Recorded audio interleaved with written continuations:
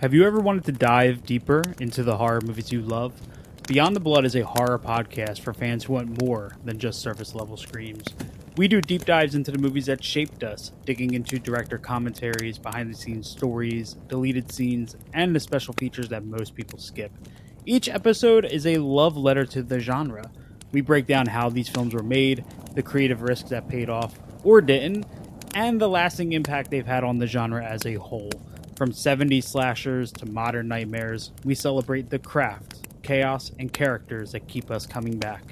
If you're the kind of fan who rewatches movies with the commentary on, or you simply grew up in the video store horror aisle, the Beyond the Blood podcast was made for you. New episodes every single week. Subscribe, and let's dig deep. Welcome to the Beyond the Blood podcast. Hello, this is Chris Haskell from They Live by Film. For those that don't know us, Adam, Zach, and I, we built a podcast over the last 2 years that's a combination of film discussion from 3 very different perspectives, as well as industry interviews with the leaders in boutique Blu-ray and 4K community. We started with Deaf Crocodile, but over time we've been lucky enough to speak with Arrow Video, Severin, Mondo Macabro, Vinegar Syndrome, Radiance, Indicator, most of the OCN partner labels. It's been a blast. You can find us wherever you podcast, and also actually recently as part of Someone's Favorite Production Podcast Network. We hope to see you online. Hello, my name is Kevin Tudor, and I'm one of the 3 hosts of Almost Major, a film podcast dissecting many major indie studios and the films they release. Every week, myself, Charlie Nash, and Bryden Doyle discuss overlooked, forgotten, or bona fide classic indie films via studio-specific miniseries. We've previously covered numerous films from Artisan Entertainment, Lionsgate Films, and New Line Cinema. Titles including The Blair Witch Project, American Psycho, Dogville, But I'm a Cheerleader, Saw, Requiem for a Dream, and Ringmaster. You know, the Jerry Springer film. Anyways, we have a fun time every week, and we hope you will join us. Subscribe to Almost Major wherever you get your podcasts. Now proudly a part of the Someone's Favorite Productions Podcast Network.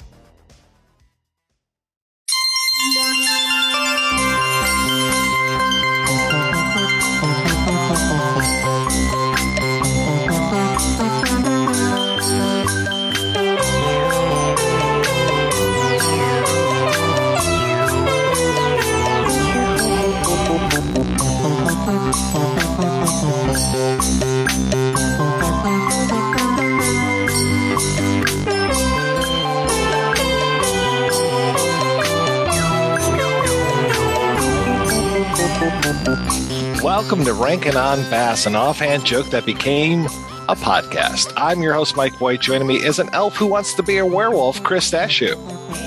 Man, I want that or a Jimmy Stewart. Richard, you have to do the Jimmy Stewart now, because those are the other 2 occasions. Okay, I'll try to do the kind of Jimmy Stewart he was doing. It was kind of like this. Yeah, not bad. Also along for the ride is Richard Haddam. That's right. And I just want to thank you, Mike, for finally leaving out the word short-lived in your intro, because this thing has lived longer than, some of my tenures on various TV shows. Doesn't it say something, though, Richard, about us? About me, yeah. No, it says something about me. Just you specifically. Okay.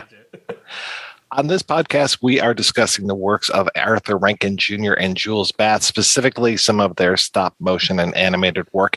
On this episode in particular, we are looking at 2 things from Rankin and Bass, though they're kind of repeats of one another. First up, we're looking at 1967's Mad Monster Party. Not sure why there's a question mark there, but it's a party. And after that, we will check out 1972's Mad, Mad, Mad Monsters. Then you will hear... when you hear the plot of the second one, you'll be reminded a lot of the first, as well as a popular franchise that's still going today. Mad Monster Party. Okay, guys. Well, Mike, you're still not selling that question mark enough. I need you to sell the question mark even more. Even more. Mad Monster Party? There it is. Stars Boris Karloff as Baron Boris von Frankenstein, one of the few character names that had fallen into the public domain, so we're able to say Frankenstein, Dr. Jekyll, Mr. Hyde. We say Dracula, right? No, that's Dracula in both of them. Okay, You can so say that's because in the public domain. Yeah, that's public domain, but Hunchback of Notre Dame is in there too, also public domain. yeah, but you can't say Quasimodo, No, but you can also say the Invisible Man, also in the public domain. right? Which is just like describing him, really. I guess you're not Right. saying he's the Invisible Man, It's like family with a capital F or a family with a lowercase f. Yeah. right? And then there's the creature from the That's Black the one- Lagoon. Yeah, that's the one you can't say because that's definitely not in the public domain. But as long as he's an underwater creature and he's what's called the creature, and he comes from under the water, you get what we're trying to go for. How many times has the creature from the Black Lagoon just been referred to as the creature in so many things? It feels like almost everything, right? Well, Yeah. almost exclusively, yeah. Yeah. Except for the 3 legit Creature from the Black Lagoon films. And even then, I don't think they say the full name the entire time. Yeah. And then there's a knockoff Peter Lorre who is like an automaton or something. Yetch. And that is correct, sir. oh, man. When things go crazy, I lose my head. Oh, You do it God. better than I do it. You do it better than Alan Swift. Yeah, that too. Alan Swift being asked to do almost everything in this entire fucking movie. I know. Because And, he's so Mr. great. Swift, Because how he's many checks should I make out for you? Like 30? holy cow. the Rich Little we never knew. The guy who does it almost feels like he was somebody's buddy who got drunk one night at a party and started doing a bunch of impressions, and in everyone's memory, it was awesome. Right. So let's hire him and have him do 13 voices for some reason. Yeah. Yeah, I hope that Mr. Swift is no longer with us, and I really hope he's not listening to this because I know I came down kind of harsh on him right now. But Jesus effing Christ! You guys know Paul Frees. You guys know Don Messick. You know a lot of voice talent. But Alan Swift is being asked to do way more than any voice actor should be expected to do in this. Where is Paul Frees? That is my question. Yeah. Paul Frees has been in like everything else that's been Rankin and Bass. Even the stuff we talked about. He was in Flight of the Dragons, guys. Yeah, right. And you're telling me he's not going to be in the only other thing for the only other holiday that most of us celebrate, like actually give a shit about celebrating other than Christmas? Come on. No. It's one guy being asked to do the entire movie. Right. Okay. So now the Mad Monster Party was 1967. Rudolph was done in 1964. So they knew they had Romeo Muller, who they did not use. Just you can go down the whole voice cast and discover they did not use any of those people. Now I understand. I mean, they had a hot writer for Mad Monster Party, which was the guy who created Mad Magazine. Right. Harvey Kurtzman. Yeah. Of Little Annie Fanny fame. Right. So, I'm sure they felt that they had somehow, outgrown Romeo Muller. Here I am coming to Romeo Muller's defense. But Two-Fisted Tales fame, by the way, which connects. Right. Yeah. Well, yeah. I mean, they'll come back to Romeo. He'll definitely be there for like those Lord of the Rings things that we've talked about. He's there. I think he even wrote Flight of Dragons. Or adapted, I should say. A lot of the other Christmas ones and various Easter ones. But not this one. Well, I guess we're starting with Mad Monster Party. By the way, I really don't get the question mark. It's there sometimes, other times it's not. Is it a misprint? Is it in the main titles? It doesn't have a question mark in the actual main titles. It is, really? yeah. Mm-hmm. Why? What's weird is I think it's party question mark because at no point in the film do they actually have like a party. It's like, it's not a party movie. It's very strange. Right. It's supposed to be a party, though. Right. It's supposed to be a party. It's supposed to be this big get together, and it ends up being this kind of like chase movie. Kind of. Yeah. It becomes more of a lynching party. I mean, we hate this human and the monster's mate. Or I guess the monster's... Is it the monster's mate? No, it's... No. Francesca. The monster's mate is the one trying to kill Francesca. Right. Yeah. The monster's mate is Phyllis Diller. Right. As played by Phyllis Diller, voiced by Phyllis Diller, and performed by a puppet that looks like Phyllis Diller. Right, yeah. Though it doesn't sound like the Phyllis Diller that I'm used to. I guess I was used to more like the 80s, 90s Phyllis Diller. But I mean, yeah, every once in a while she'll give that cackle, and that's Right. the Phyllis Diller. I was waiting for the laugh. That's Yeah. what I expect from Phyllis Diller. It's, Phyllis Diller has a unique voice, kind of like Gilbert Gottfried. Right. Right. And she does a version of the laugh. It feels like once they brought her into the recording booth and gave her a script, I think she got a little self-conscious. Yeah. And so the delivery is a little slower and more deliberate and a little flatter. And then the laugh is just, ah, ha, ha, ha. Right. And she's making the Fang references. And I was like, Yeah. she always talked about Fang and her act, her husband. And so I guess it kind of carried over here, which was interesting that it works because you're calling Frankenstein Fang. Okay, but you can't say Frankenstein. Well, I guess you can because they're saying Baron von Frankenstein.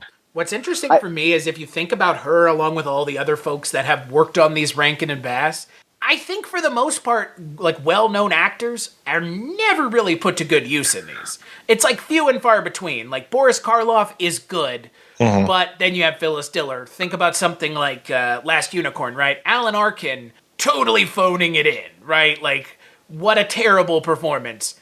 And again, we know Alan Arkin's a great actor. So it's always weird, like these it's almost like non-voice actors aren't bringing their A game.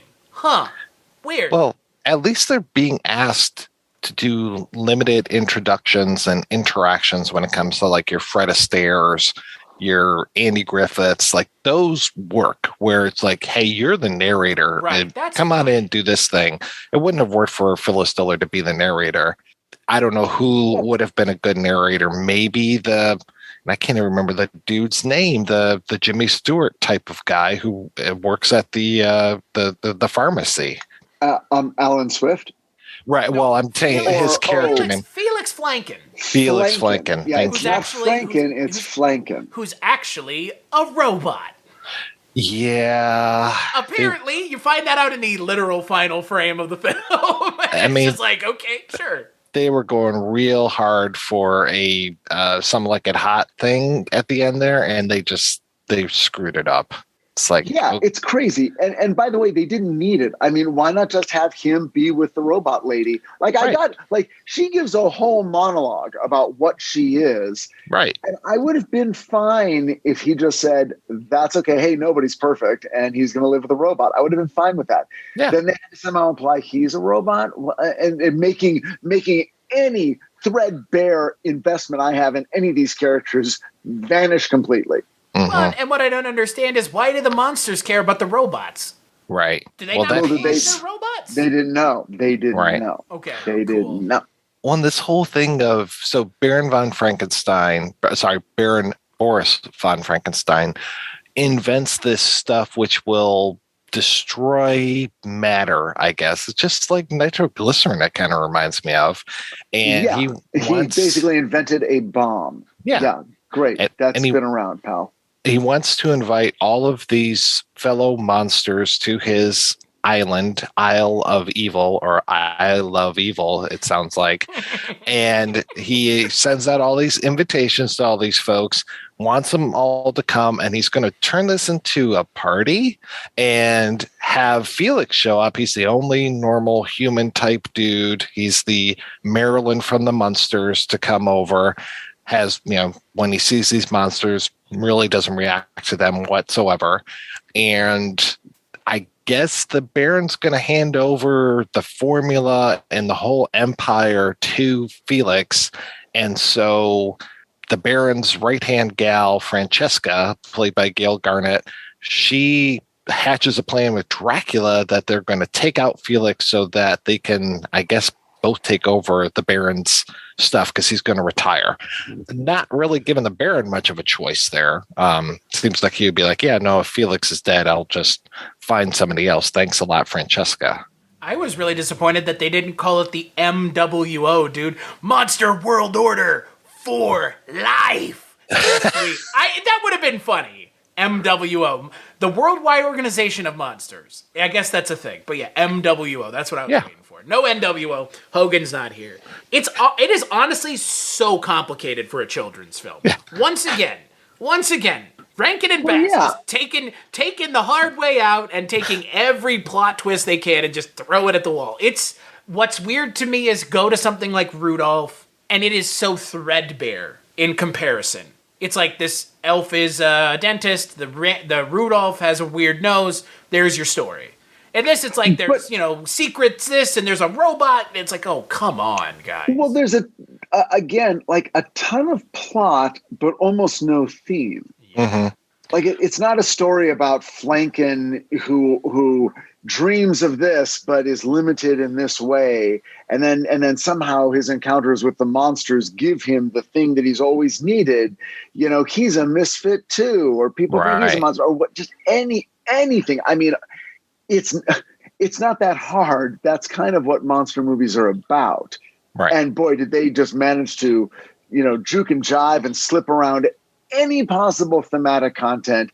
And so now we're literally just watching puppets pull themselves through a barely comprehensible plot. And what's even more disappointing is all of the monsters, at least in this one, are completely interchangeable. Nothing makes them interesting or unique. Right. And again, also has to do with the fact that they're literally all voiced by the same guy too, which means, like we've talked about before, while Alan Swift does a good enough job with some of the characters, his range is limited. That's just the reality of one man doing, literally looking at this list here, it's like 20 goddamn voices. And, I will say that, like, visually, look, this does not look cheap or like it was easy to make. They pulled out all the stops. They've got everything. It's a feature-length film. A feature-length film, flocks of bats. They have water.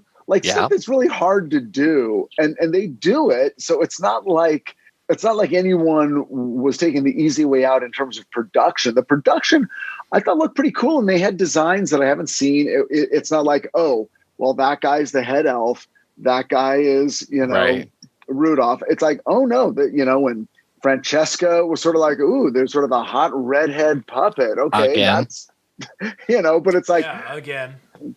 But like coming off slightly different, I'm like, okay, there were parts of this where they were trying, and then other parts where it seems like they kind of ran out of steam creatively.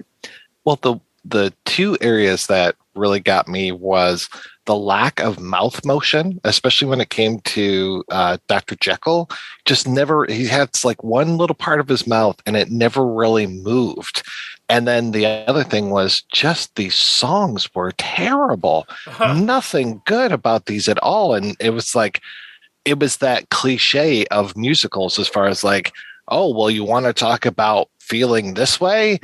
Cue music. Here we go with this song. And they were just blah songs. And I really had high hopes for this because I thought the beginning of it with Boris Karloff and the animation that they were doing on the test tube and just all that stuff, I was like, okay, yeah, this is pretty nice. And I liked his character design and everything. But then, after that, I was like, wow, they're really just not like the Yetch character, the Peter Lorre character, just again, like barely moving his mouth and really doing a lot of like, that's the side of his head. We're not going to animate that. Don't worry about it. It's disappointing that this is one of two Halloween specials. Let me put it that way. Yeah. It is for all of the quality and the love and nostalgia that the Christmas ones get, especially the good ones, the ones that we all agree are the kind of the 3 or 4 main canon Christmas ones. The fact that like every other holiday has been such a misfire is, I can't tell if they just hit lightning in a bottle or what it was, because I mean, even most of the Christmas ones past the first couple we watched have been all over the place. This is the biggest disappointment for me because it's a Halloween special. 2 words. Romeo Muller. Yeah. That's, I mean, that guy knew theme. Can't argue with that. Yeah. Look, and Christmas, yes, Christmas is low-hanging fruit for theme. But so is Halloween. Right, but he never misses it. Halloween, at the time, I don't know, was just like, Halloween is just goofy and these goofy monsters and they don't make sense, and why even try to make them make sense? And not to skip ahead to mad monsters, but there is a feeling of just like, we just need to assemble all of them, and beyond that, we don't need to do much else. Right. Yeah, and that's again like so unbelievably lazy. It's shocking. It's insane to me that this is what we get when like all of these characters for the most part are fucking public domain too. Jesus Christ! You don't even have to try on most of these characters. Everybody knows who they are. Yeah, except for when they kept talking about it, and I was like, what? Who are you talking about? The whole time I was just like, well, you're not talking about Pennywise. So what is it? And when is he or it going to show up? I did like the joke about that. It was he was a crushing boar, and then he's like, no, literally, he was picking up boars and crushing them. Yeah, I was like, okay, that worked. But and the monsters, they turn on Felix so quickly. I was like, okay, Francesca and Dracula, you guys do your thing, but like let the rest of the monsters either be not in on the plot or be resistant to the plot. But instead, they're just like, yeah, sure, we'll kill this human guy. Why not? And it's not like the human guy's annoying, or he's a little annoying, and he's got that weird thing where he sneezes, and he says that he sneezes when he's excited, but he just sneezes all the time. And we haven't really talked about, I mean, I mentioned it at the beginning, but the fact that the main character is a Jimmy Stewart impression is a strange choice, to say the least. It's a strange choice, because none of us had seen this before, so I don't think any of us knew what to expect. But no. I think I speak for the three of us that when that first started on screen, I think I would have to agree. I would think the three of us would agree. I was taken aback. Like, what? Yeah. Why? Yeah. I don't like. I guess he's the most wholesome guy at the time in '67. You know what's funny? It's almost every element of this movie deserves a question mark except the title. Yeah, pretty much. I cannot fathom what the point of doing a Jimmy Stewart impersonation as the main character was, unless Jimmy Stewart is just seen as the paragon of, quaintness in Hollywood at the time, which must be what it was.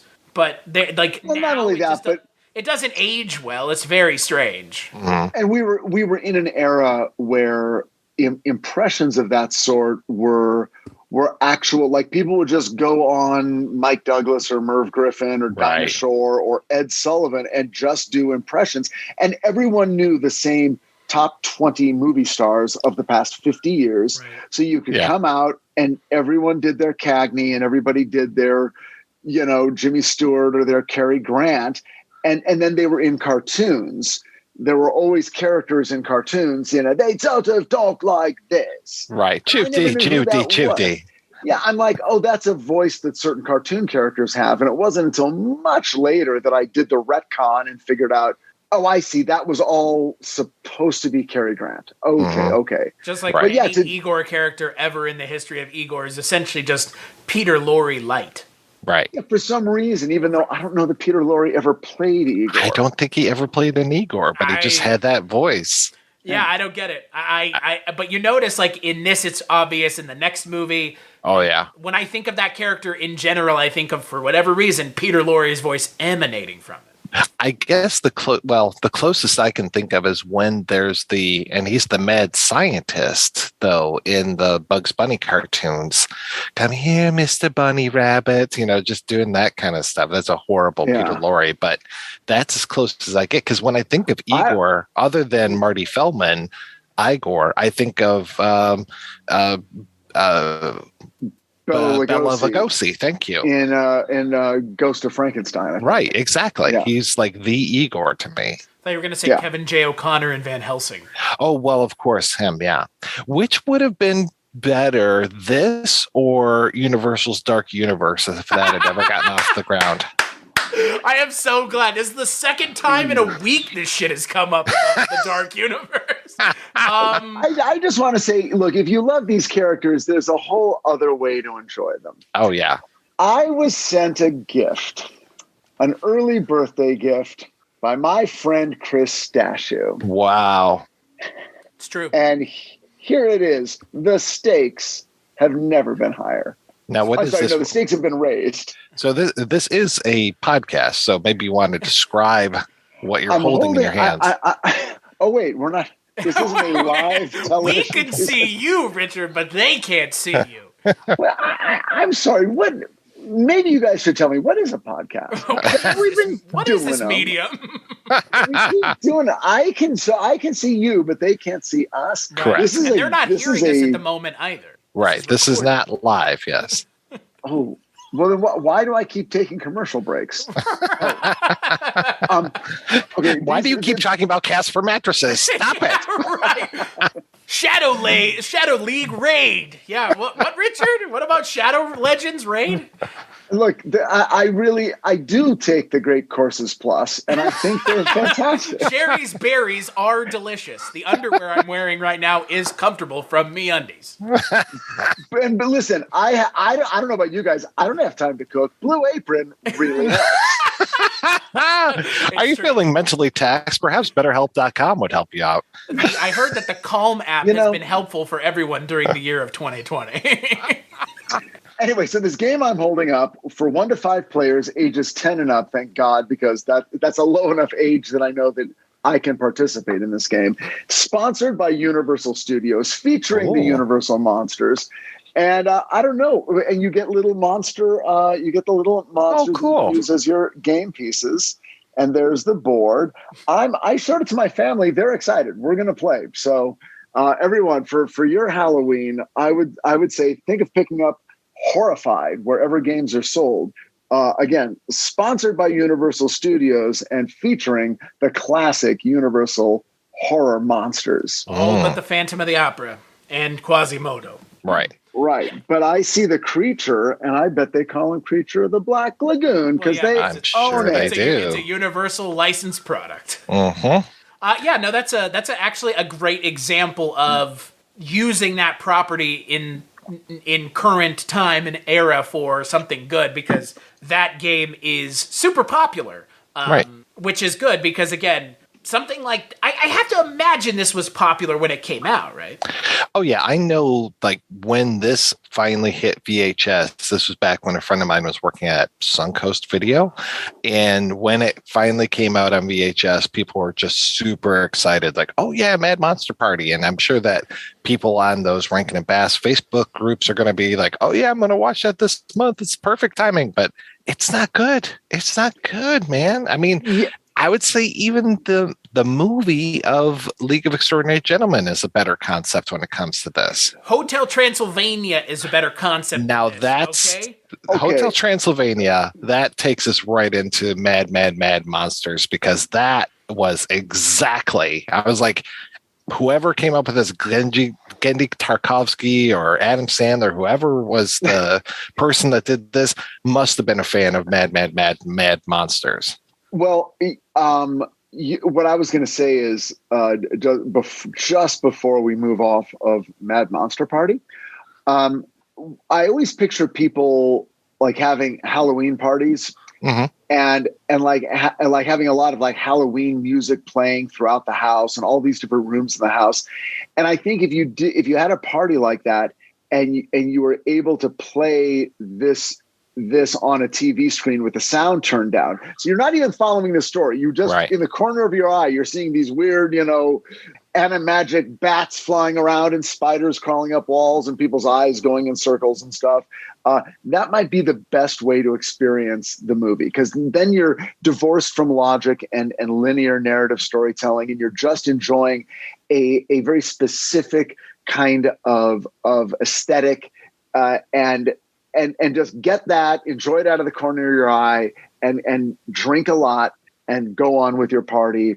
And that's the best way to enjoy this. Now, I fucking wish I could say the same about Mad Monsters. Oh, how I wish. I think to your point, though, Richard, the thing about Mad Monster Party, as we leave it behind us, is that idea that there are these kinds of films that just lend themselves to watching in the background. Right. Cullen was talking about Haxan last time we talked on the Culture Cast. That's kind of the same thing. Like, it's something moody and weird to have on in the background that people could see, but they don't need to hear it to understand what it is or to appreciate it. It's super stylized. Anything that's super stylized can kind of work in that direction of it can be watched without the audio. And frankly, to your point, Richard, without the audio, it's way better. I think that skeleton band is probably like the thing that if you just wanted to put that on a loop, I'd be absolutely fine with that, because those guys with the kind of long hair bob type wig and everything, kind of doing a British band from the late 60s. Great. Yeah. Bring them on. Let's just have those dudes just playing the party. I would be absolutely fine with that. It's just such a disappointment how nice this looks. Yeah. Given all the other stuff we've seen that Rankin and Bass have done that have been middling to, they've been varying degrees of quality. This is high quality. But like the visuals are high quality, but everything else is and an hour and a half. I know this played theatrically, and I can't imagine sitting in the theater and watching this thing because it would have just been excruciating. But you know what's weird, and correct me if I'm wrong, but both of these movies, and I don't think they mentioned the word Halloween once. No, they don't. These are not traditionally Halloween. These are Friday the 13th is the thing that comes up in both of them.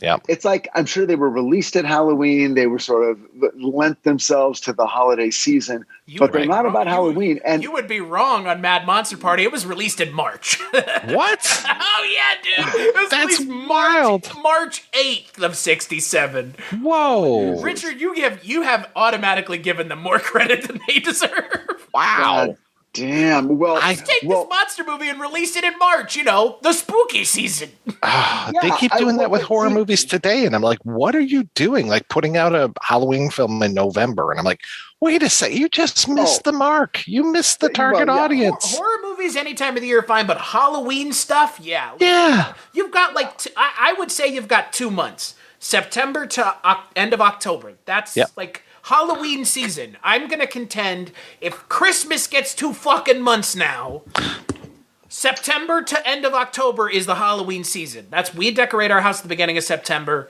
Spirit Halloween opens the beginning of September. Let's just all get on the same page. Halloween season starts the beginning of September. It's Labor Day or bust. Yeah. But I don't think, but if you go back to when I was a kid, when these were being made, early 70s, Halloween was popular, but it was popular among children. It was very much considered a children's holiday. This was not something that, it wasn't like, a lot of people in their 30s are going to Halloween parties. That was like maybe if you went to work, you'd sort of, I'm putting on a costume sort of thing, but it was not.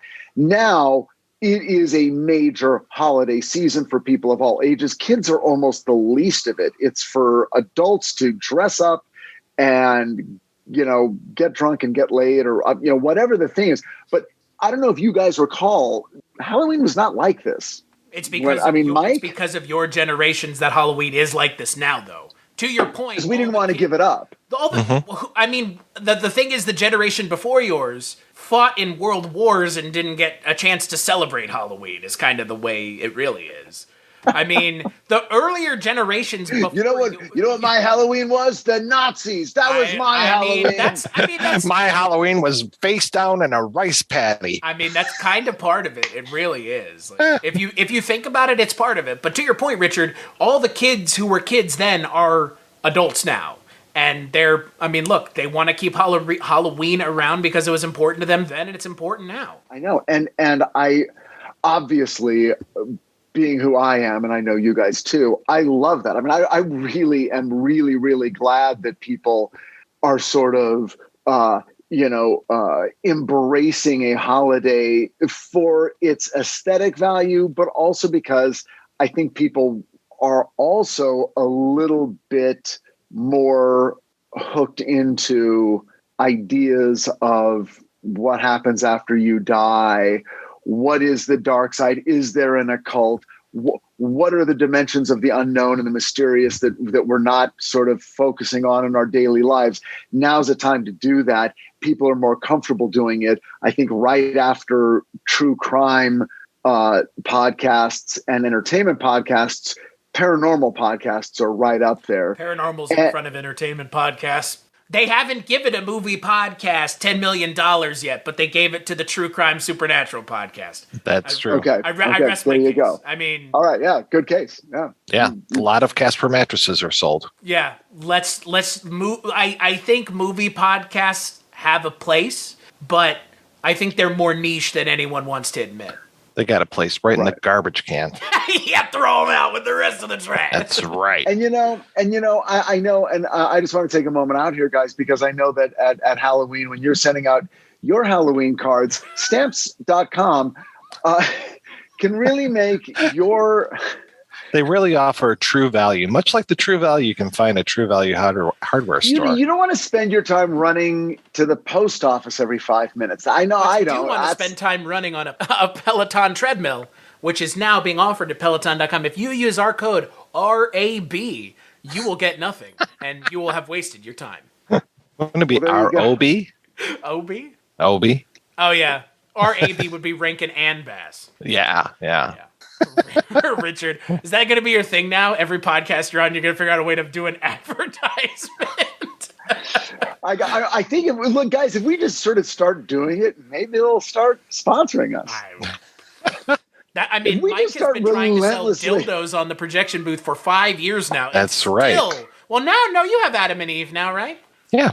Adam and Eve is one of our sponsors. Yeah. Are they really? Yeah. You mean for this show? No. No, but for the projection booth, they are, right? Yeah. Because you spend time on films of the erotic. Exactly. Though I haven't gotten a check from them in a couple of years now, I should probably check in with my account rep. Sounds like they're fucking you. Unsurprisingly. Nice. Oh, that Speaking was of getting- very funny. Speaking of getting fucked, mad monsters. Whoa. Holy shit. We're going to get This- some hate for this, I can tell you that. Look, guys. Well, this if anybody's is- even seen this thing. That's very fair. now this one, I mean, this one you turn the sound off, and it's just as hideous. It's garbage. This animation style, which was all the rage, and I associate it with Hanna-Barbera, but I think Hanna-Barbera had a musty claw in the production of this. But for God's sake, it's the ugliest, least funny, cheapest looking, worst. I mean, this style they're using is just the hallmark of every bad grape ape fucking Saturday morning garbage that I ever sat through. Saturday Superstar movie is what you're looking for. And this was preceded by Yogi's Ark. Yes, Yogi. Yes. Yogi the Bear. And this was followed by Nanny and the Professor. Well, some other features from that season: Willie Mays and the Say Hey Kid. Another Rankin and Bass production. Oh, Tabitha and Adam and the Clown Family. And, the Banana Splits and Hocus Pocus Part. Okay. But wait, are you telling me that Nanny and the Professor, because that was not an animated show. That was an actual show. That was a half-hour Yeah, show. but this is the animated one. They did an animated one? Nanny Wow. and the Professor and the Phantom of the Circus. Yep. Huh. Do you guys remember the live-action half-hour comedy Nanny and the Professor starring Juliette Mills and Dick Long? I do not know. I remember the name of the show, but that's it. Yes. Juliette Mills played a sort of a Mary Poppins-like mysterious sort of housekeeper, the nanny, and her name was Phoebe Figalily. And but it was very sort of low-key humor, and Richard Long was the guy who needed help, and he had I guess 2 little kids, I think. And Nanny was just sort of this magical, not overtly magical, like she wasn't going, yeah. She was just like, she would show up and he'd be like, I'm late for work and I can't find my car keys. And she'd be making breakfast and sort of go, oh, did you look under your hat? And they'd play a little ring. And, like some weird little sound like, whoa, something weird just happened. And you look under like a little jingle noise. Yeah. Like a little noise, nose wiggle. Green. So you're saying it's... And then he'd pick up his hat and he'd be like, Phoebe, I've got to go. And then he'd run Mary out the Poppins, door. the TV show. Right. Basically, yes. That's what it sounds like. Yeah, just kind of capturing that magic and watering it down a little bit and taking out the music and putting it on TV and then animating it. And somebody died a millionaire. Well, somebody did not die a millionaire from this. So the plot of this one is basically the plot of the last one. except there's a wedding going on. It is Baron Henry von Frankenstein, not Boris, and he creates a bride for his monster, even though I swear Igor's looking in a room before the bride even gets reanimated and she's there brushing her hair, and I'm like, wait, I thought she was already alive, but then we see them bring her to life. Anyway, Igor is a sociopath and just is completely obsessed with getting laid, wants a bride for himself, and that's all this motherfucker talks about through the entire thing. So he's the jealous person. He's the Francesca in this one and wants to ruin Frankenstein's wedding and have a bride of his own, wants to steal the bride for himself. And this whole thing, rather than there being a party on an island, it's a party at a hotel. A hotel not in Transylvania, but a different hotel where all of these monsters show up again. They're all invited, same damn group, though this time fucking the Invisible Man and his shrew wife. Oh my God, Nagatha. What the fuck, man? She is the worst character. It is the Transylvania Hotel, though. It is the Transylvania Astoria Hotel. Could this be more misogynist, this whole thing? Oh, yeah. I don't know, Richard. Could it? I don't think so. It would be difficult to get there. God. I think the thing that really and this is only going to be something that sticks out to me. We were talking about the animation style. That main character, the Frankenstein character, the Henry von Frankenstein, he looks like Vince McMahon to me. He just looks like this weird old man wearing a suit, and it's just. I got another one, Richard Nixon. Oh yeah, I could see that. Nose, the nose is given a little caricaturish nose. It's 1973. Yeah. I mean, anything is better than Alan Swift is back again. I'm sorry, 72. It's 72, but still. Yeah, Swift is back again. Everything but the lead again. Exactly. Oh, man. And so then you have, in the last one, you had the Felix character who pretty quickly gets away from human population and goes to the monster island. But with this one, it's the monsters and these humans. And these humans all have interchangeable voices. Thanks, Alan. And after a while, I'm just like, who is going to a psychiatrist? Because they all seem to be going to a psychiatrist. I thought it was just the mailman, but I guess it's also the hotel manager and this guy gets this guy. There's only one person, the bellboy, who really is a fan of monsters. And I guess he thinks maybe they're from the movies rather than actual monsters. But yeah. I mean, basically it's the dude that shows up to marry Dracula's daughter in Hotel Transylvania. That's that guy. Keep telling yourself it's only a movie. It's only a movie. I mean, that's the conceit is keep telling yourself none of this is real. Yeah. Those people, they're driving the guests wild. Oh man. The entire staff has quit. It's just fucking exhausting. It's so not good. I think what's the most exhausting is the plot is so similar to the last one, and we didn't like the last one either. This is it's like negative reinforcement therapy. You're reinforcing how much we don't like this by making us watch it again. And it's like again. I mean, I hate to keep banging this drum, but you know the Addams Family. Yep. Well, the Munsters in the Addams Family each had a different sort of uber thematic aesthetic. Right. Munsters being we're the family that's trying to fit into American culture, and you can teach a college class about what that was about during the time it was being presented on primetime television. The Addams Family was this other sort of more almost elite East Coast aesthetic of we're a very eccentric family within ourselves and we're fine with that, and we don't care how other people see us. Right. Which is also interesting, but it's established very quickly, and you know the point of view you're getting when you're watching it. This is just like, I don't get it. There's monsters that are running around a hotel. Some people are scared, others don't care. The monsters don't seem to have any self-consciousness about what they are, how they should be. No one learns anything. No one grows. Nothing happens. It's not funny, and it's ugly. And literally I could take that same review and give it to No Time to Die, the recent James Bond movie. Anyway, but I digress. Well, I think also to your point, Richard, the other thing about this story is, since it is so similar to the other thing, and since it does so little else more than the other thing does, they don't do any more than either one of them do. And they're both, one of them is twice the length. This is half as long as the other one, and it overstays its welcome just as much as the last one does. It's excruciating at 45 minutes. Yeah. At 45 minutes, it manages to do more damage than Mad Monster Party did in an hour and 37 minutes. It's like in the intervening years, they found out how to somehow concentrate the awfulness, and deliver it in a more compact and deadly form. This was our Vietnam.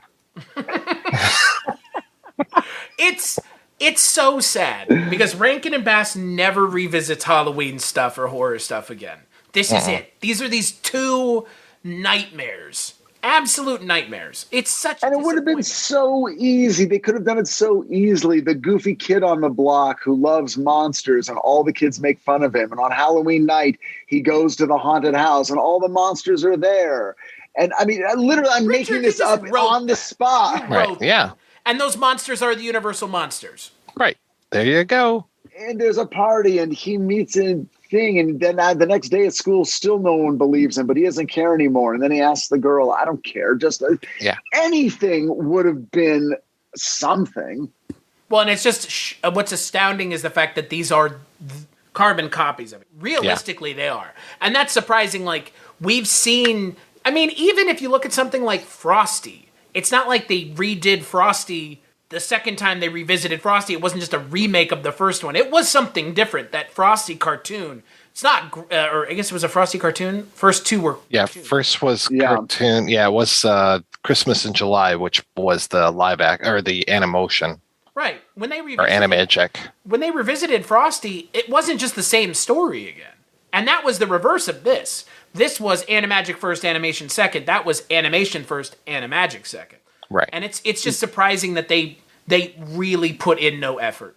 It's such a surprising, like almost purposeful failure to deem these characters worthy as anything more than sort of extended burlesque sequences.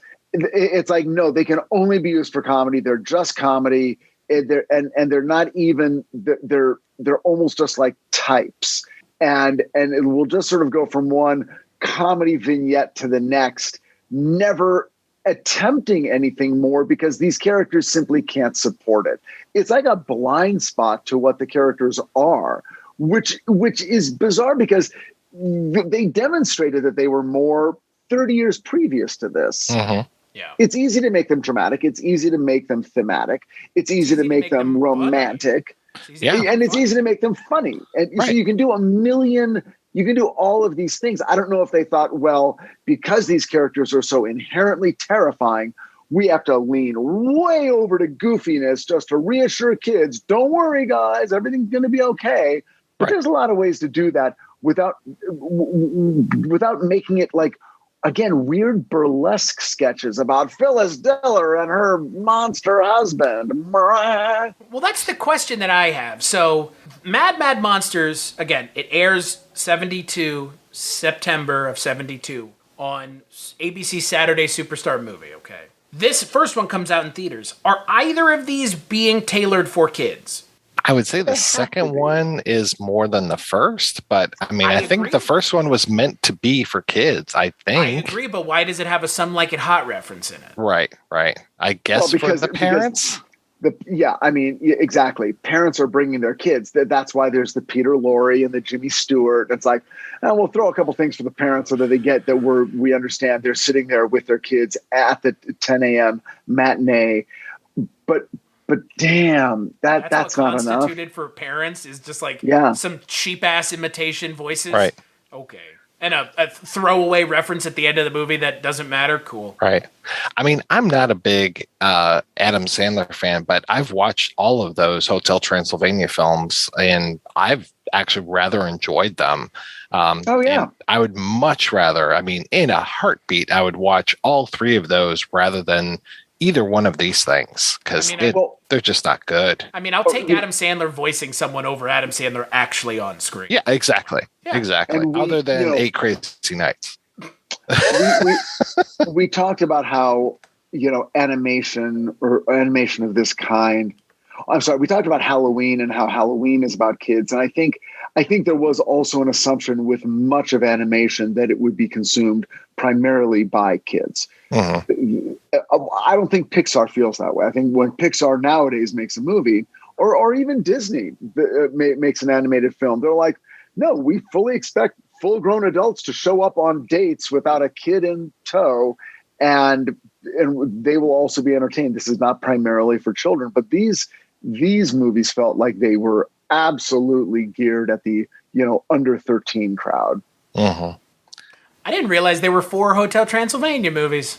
Yeah, I think there are 3 out and 1 is coming out this year, if memory serves. It's dropping all the known people doing voices for the most part. Right, yeah. I wouldn't be surprised if it's more of like, because I know there was a series maybe on Netflix. I wouldn't be surprised if this was more of a direct-to-streaming type of thing. Direct-to-Prime Video. Oh, okay, there we go. Yeah. There you go. No, but to your point, Mike, like I've seen the first 2 Hotel Transylvania movies, and they're not amazing, but man, at least they do something with the characters. Right.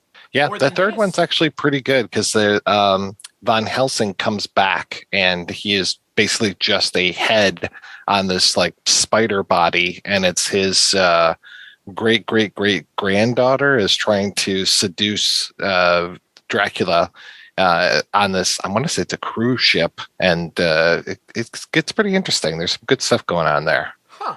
Yeah. Sounds more interesting than this, which is the same thing back to back. Exactly. Yeah, well, they're out of the hotel. I think that was even with the second one, they already knew, like, hey, we can't just limit this to one location. Right. And then have this weird Deus Ex Machina of a giant ape in the first one, a King Kong ripoff, and then in this one, what are these things supposed to be? Are they like Yetis or something? I'm not sure what these creatures are at the end, but it's totally that same thing. Really, it just follows that same blueprint. We just squeeze it down to 45 minutes. And then you even have a Dr. Jekyll and Mr. Hyde joke at the end. What and force it down to 45 minutes cracks me up because, again, this is no better than the long one. And it's like, how could you take one, cram it down to half its size, and it still sucks? Yeah. Like, that's a hell of an honor that you take something bad and you make it worse by making it shorter. Like, that's not how that works. Can you imagine how terrible a 22-minute version of this would be? Oh my God. Pure distilled hate.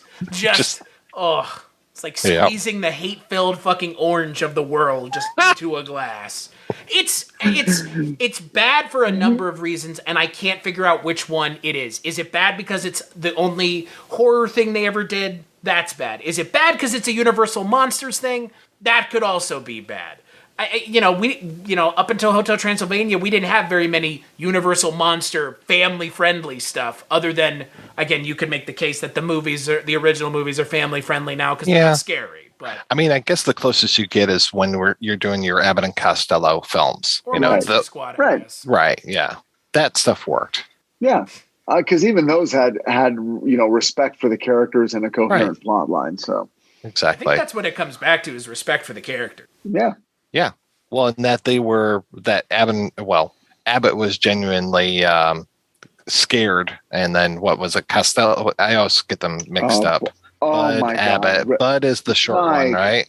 And then Lou Costello. Lou Costello. Lou's the short one? Okay. One. Hey, Abbott. Okay, there we go. Yeah. All right. Which one is Elvis? Hey, Abbott. Right. So Elvis Chris, Costello. Hey, about as good of a joke as a shit made. Well, on that note, should we wrap it up? Well, what are we talking about on the next episode? On the next episode, we're going to be looking at, oh my goodness, the one and only Thanksgiving special, I think, which is The Mouse on the Mayflower. I can't wait. Yes. Oh God in heaven, The Mouse on the Mayflower. We've come full circle, folks. We're before where we were last year. Guys, I am legit terrified. Is it animated or animagic? I want to say it's animated. I think I've seen this thing before, but it's been a long damn time. I was hoping we'd get some animagic pilgrims. I really was. Yeah. Well, and this one's got Tennessee Ernie Ford, Eddie Albert, and Joni Summers in there. So with, thank goodness, June Foray and Paul Frees are going to be doing some voices, and our favorite Romeo Muller is back to do the writing. So hopefully, okay, all right. I'm rallying, and it's only 45 minutes long. Well, we could say only 45 minutes for Mad Monster Party, or Monsters. Sorry. Oof. Is this a party? When we did both, our full commitment was close to 2.5 hours. So, that's, we're here for you folks. We're taking the hit so you don't have to. I would be curious to hear if people do like these two specials, what they like about. Like, I'm curious. Like, if you genuinely like these specials and you think our opinions are off base, please let us know. Because we'll know. We'll find out in the iTunes comments when they go, why are they even talking about these things if they hate pieces them so much? You woke pieces. You called it misogynistic? That's automatically means you're woke. Where were we taking flack for that? Was that Barney Miller or that was Kolchak. That was definitely Kolchak. Yeah. What? That we were too, or you were too woke on Kolchak? Yeah. Oh yeah. They said I was too woke specifically. Well, yeah. Any millennial is way too woke for the old timers. Even though I agreed to and enjoyed the show immensely, but fuck me. Fuck you. How dare you point out that there was rampant sexism from Carl? Oh, yeah. Oh, that's true. Listen, my enjoyment of the show, just pointing it out. Yeah. Well, I want to thank everybody for tuning in. I want to thank Abby Stabby for our artwork, as well as the Great Octopus for our theme music. Like I said, head on over to iTunes, leave us a positive rating and review. None of the negative ones, please, folks. And until we start taking that journey with the Mouse on the Mayflower, I hope you enjoy Halloween this year. Same. Just don't watch this. Watch anything but this. Yay. Watch the Mothman Prophecies. How's that? There you go. That's a good one. I didn't want to bring it up, but okay. And also, it plays throughout the season because it's also a Christmas movie. Yeah. All right. And that's all.